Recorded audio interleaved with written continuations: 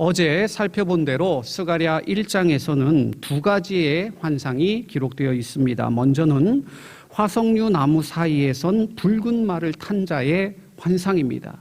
또 다른 말들, 바로 세상을 두루 다니며 하나님의 능력대로 소식을 전하고 운행하는 그런 천사들이겠죠. 두 번째는 네 뿔과 네 대장장이의 환상입니다. 하나님을 거스르는 세상 권력이 네 뿔이라고 한다면 하나님께서 보내신 사자들로 그것을 패하는 자들이 네 대장장이었다. 여러분, 어렵지 않은 간단한 환상이 아닐까 생각해 보는데요. 오늘 본문을 통해 주시는 비전, 측량줄, 예전에는 다림줄이었지 않습니까? 측량줄을 잡은 자의 환상입니다. 여러분, 측량을 하는 목적이 무엇입니까? 당연히 건물을 세우기 위함이겠지요. 2절 말씀 보시면 지금 어디를 측량하겠다는 것이냐? 예루살렘을 측량하여 그 너비와 길이를 보고자 한다, 이렇게 말씀합니다. 하나님께서는 자기의 사자를 보내셔서 예루살렘의 터를 측량하게 하신 그 이유가 무엇이겠습니까? 당연히 예루살렘을 회복시키시겠다. 가시적인 하나님의 계획, 우리가 확증할 수 있지 않겠습니까? 잘못된 선민의식의 발로에서 예루살렘 성전을 건축해서 하나님을 향한 제사를 사유화하겠다. 그것이 유대인의 속셈 아니겠습니까? 그러나 그런 야욕으로는 절대로 예루살렘을 회복할 수 없었습니다.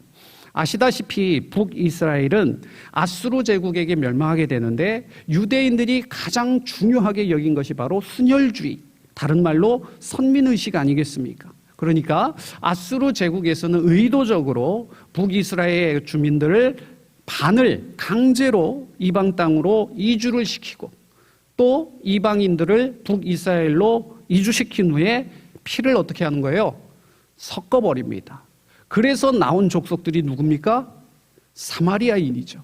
그래서 유대인들은 이방 사람들보다도 피가 섞인 사마리아인들을 더욱 증오했습니다.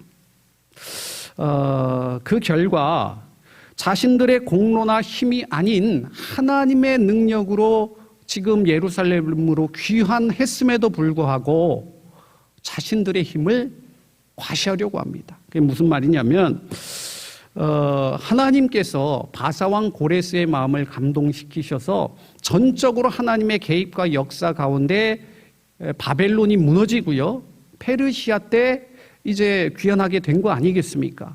그러면 이미 유대인들 말고 북이스라엘 지경에 거주하고 있던 사마리아인들이 있지 않았겠습니까? 그러면 예루살렘을 재건하겠다라고 하면 당연히 사마리아인들도 두 손 걷어붙이고 그래, 우리도 예루살렘 성전에 동참하겠다 하는 것이 지당하지 않습니까? 근데 유대인들 입장에서는 어떤 거예요?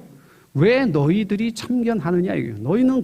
너희 더러운 족속들은 이 일에 가담하려고 하지도 말아라, 이렇게 막았다는 겁니다. 그러니까 어떻게 됐겠습니까? 사마리아인들이 알력을 행사해서 이방 민족들을 개입시킵니다. 그래서 이 예루살렘 성전 건축이 지연되었다, 멈췄다라고 하는 이유가 바로 거기에 있습니다. 사마리아인들을 막았습니다. 사마리아인들이 외세를 개입시켜서 이 예루살렘 성전의 재건을 방해하게 합니다.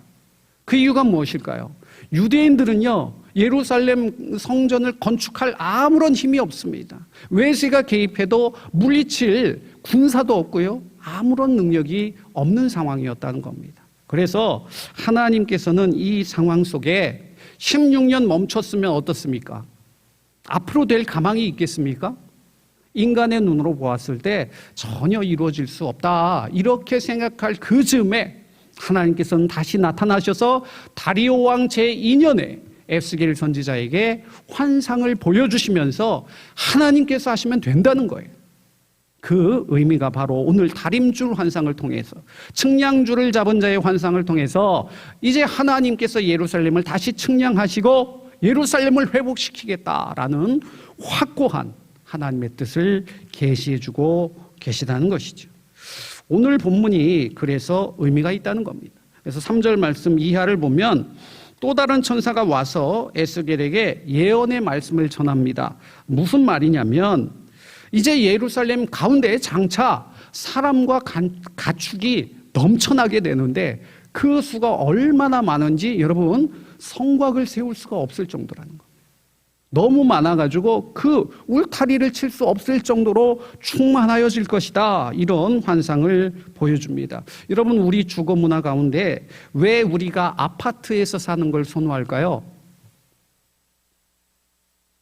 보안, 관리를 일임하는 대리해주는 직원들이 있지 않습니까? 그러니까 안전하게 보호받을 수 있다. 관리비는 좀 들지만 그런 마음을 갖지 않습니까? 반면 저와 같이 일반 주택에 사시는 분들 어떻습니까? 외부의 출입을 막기 위해서 담장도 세우고요. 예전에는 막 깨진 병도 그 위에 세우고 막 그랬지 않습니까? 그리고 대문을 잠그고 해가지고 외부의 출입을 막지 않습니까? 그런데 보세요.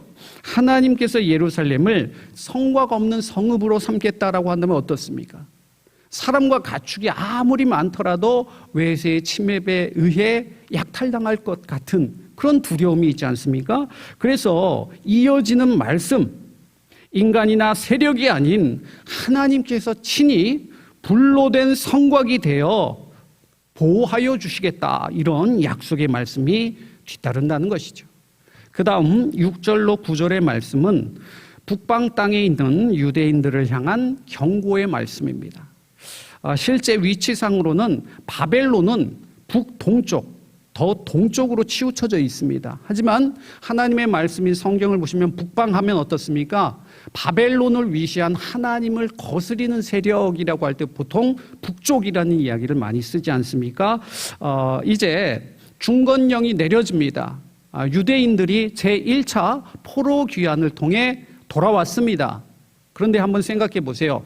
처음부터 내가 돌아가겠습니다 라고 용기 있게 나서는 자들이 있는 반면 우리가 사는 세상 어떻습니까? 뒤처져서 눈치 보는 사람들이 분명히 있지 않습니까? 그런 사람들이 1차 귀환을 바라보며 어떻게 되는지 한번 보고 그 다음에 나는 판단해야 되겠다 이런 입장에 있었을 텐데 1차 귀환이 이루어진 지 몇 년이 지났다고요? 16년이 지나니까 여러분 갈 마음이 생기겠습니까?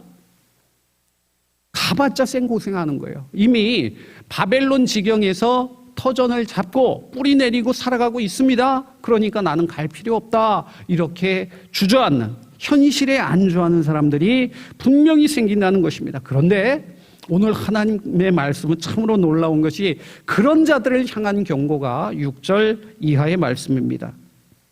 하나님께서 친히 말씀하십니다. 7절 말씀 보세요. 이제 북방 땅에 하나님의 진노가 내린다. 그러니 바벨론 성에 아직도 거주하는 시온은 어떻게 하라는 겁니까? 피하라는 겁니다. 그냥 단순히 피하라는 것이 아니라 예루살렘으로 돌아가라 이렇게 명령하십니다. 그 후 10절로 마지막 절까지의 말씀은 장차 회복될 예루살렘에 관한 예언의 말씀을 주시는데 요약하자면 이제 다시 너희들이 내 백성이 되리라. 하나님의 언약 백성이 다시 되리라 이렇게 약속해 주시고요.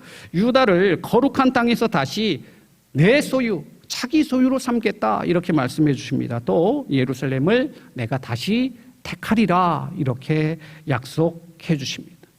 이제 말씀을 맺으려고 하는데요. 사랑하는 여러분, 어제 하박국서의 말씀을 통해서 주님 진노 중에라도 긍휼을 잊지 마옵소서 이렇게 기도했지 않습니까?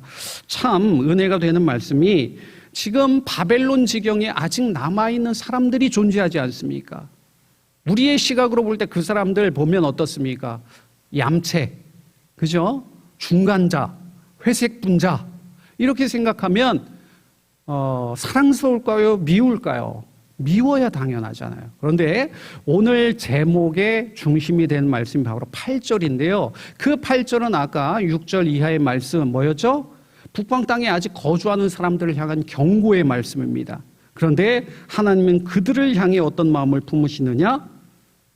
8절 말씀.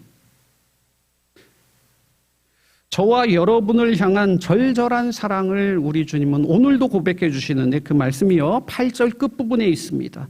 너희를 범하는 자는 하나님의 무엇을 범하는 것과 같다고요? 눈동자입니다. 우리 육체의 모든 기관들이 다 소중하겠죠. 그러나 우리가 제일 연약하고 가장 귀한 하나를 꼽으라고 한다면 다 각각입니다. 그렇지만 우리가 보통 눈동자를 꼽을 때가 많이 있지 않습니까? 눈에 넣어도 아프지 않다. 가장 사랑하는 사람을 나의 눈동자처럼 여기지 않습니까?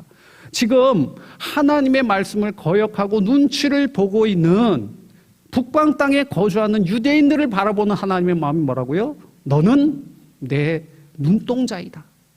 오늘 하루를 살아가며 하나님의 말씀대로 살겠습니다 고백하지만 교회 문 밖을 나서면 세상 사람들과 별반 다르지 않은 모습으로 살아가는 저와 여러분을 우리 주님은 바라보시며 너는 나의 눈동자 이렇게 말씀해 주십니다. 하나님께서 오늘 말씀처럼 오늘 하루 우리의 불로 둘러싼 성곽이 되어주셔서 보호하여 주시리라 믿습니다. 나는 주님의 눈동자이다. 이 정체성을 가지고 세상을 주님의 사랑으로 물들이시는 저와 여러분 다 되시기를 우리 주님께서 원하십니다.